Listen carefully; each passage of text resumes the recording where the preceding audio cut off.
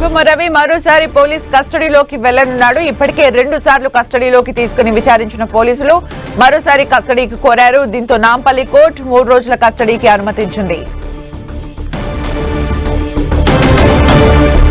మరిన్ని అప్డేట్స్ మా ప్రతినిధి కిరణ్ అందిస్తారు. కిరణ్, మిత్ర ఐబొమ్మ రవి కేసులో మరొకసారి ఇటు సైబర్ క్రైమ్ పోలీసులు తమ కస్టడీలోకి తీసుకుని విచారించేందుకు నాంపల్లి కోర్టు అనుమతించింది. ఇప్పటి వరకు 3 సార్లు, అంటే మొదటిసారి 5 సారి, రెండోసారి 3 సారి, ప్రస్తుతం 3వ సారి మరొక 3 రోజులు కస్టడీ విచారణకు అనుమతించినట్టుగా మనం చెప్పుకోవాల్సింది. ఇంకా ఐబొమ్మ రవి కేసులో కూడా కొంత కీలక సమాచారం రాబట్టాలంటూ సైబర్ క్రైమ్ సంబంధించిన పోలీసులు నాంపల్లి కోర్టులో అందుకు సంబంధించిన కొన్ని వివరాలను వెల్లడించిన నేపథ్యంలో కూడా ప్రస్తుతం మరొకసారి సైబర్ క్రైమ్ పోలీసుల కస్టడీకి ఇటు నాంపల్లి కోర్టు అనుమతించినట్టుగా మనం చెప్పుకోవాల్సి ఉంటుంది. ఇక ప్రస్తుతానికి అయితే కేసుకు సంబంధించి కూడా చాలా కీలక విషయాలు రాబట్టాము, కానీ కొన్ని ఇంకా టెక్నికల్ అంశాలతో పాటు మొత్తంలో ఇటు మనీ ట్రాన్సాక్షన్ జరిగినట్టుగా గుర్తించారు. కాబట్టి ఆ వివరాలను ఆరా తీసేందుకు సైబర్ క్రైమ్ సంబంధించిన పోలీసులు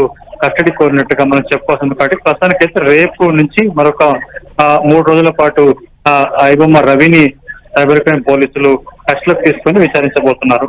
thank you Kiran for the updates.